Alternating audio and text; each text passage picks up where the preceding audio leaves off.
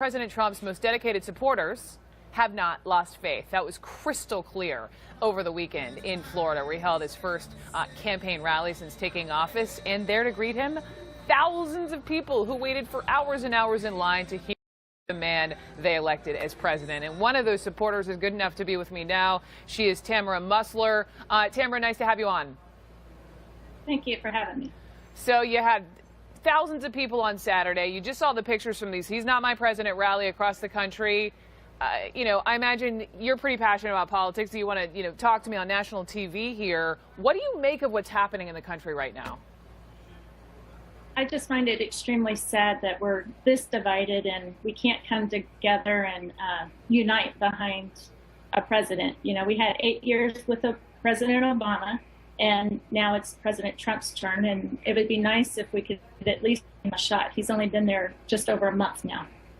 We talk about the divide in the country, and I understand even like some of the women in your family aren't all on the same page. And by the way, I think you are not alone. I think a lot of even families right now are divided. And you were also a little nervous to sort of say out loud, I'm going to the Trump rally on Saturday. Tell me why.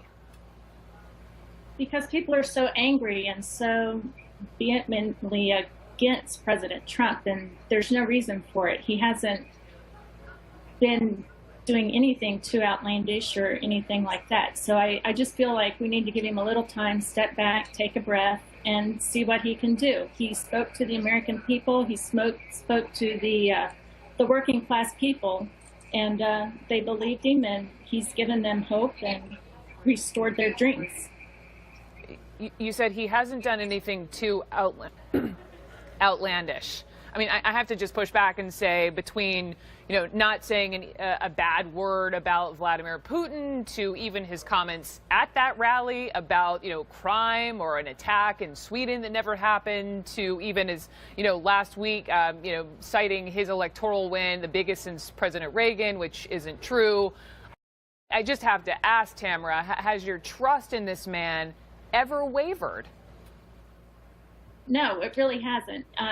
He's not a politician. He's not polished. He doesn't know all the ins and outs, the way to speak, and loopholes. And he says what's on his mind. And unfortunately, sometimes he may misquote a fact here or there or say something out of order. And I think that's him not being a trained politician. And that's probably why most people voted for him. Absolutely. I think you're hitting the nail on the head why a lot of people who are Trump supporters are Trump supporters. I want you, in just this last question, speak to these people who we're seeing in these protests around the country today saying he's not my president. What is the biggest misconception among those folks for someone like you?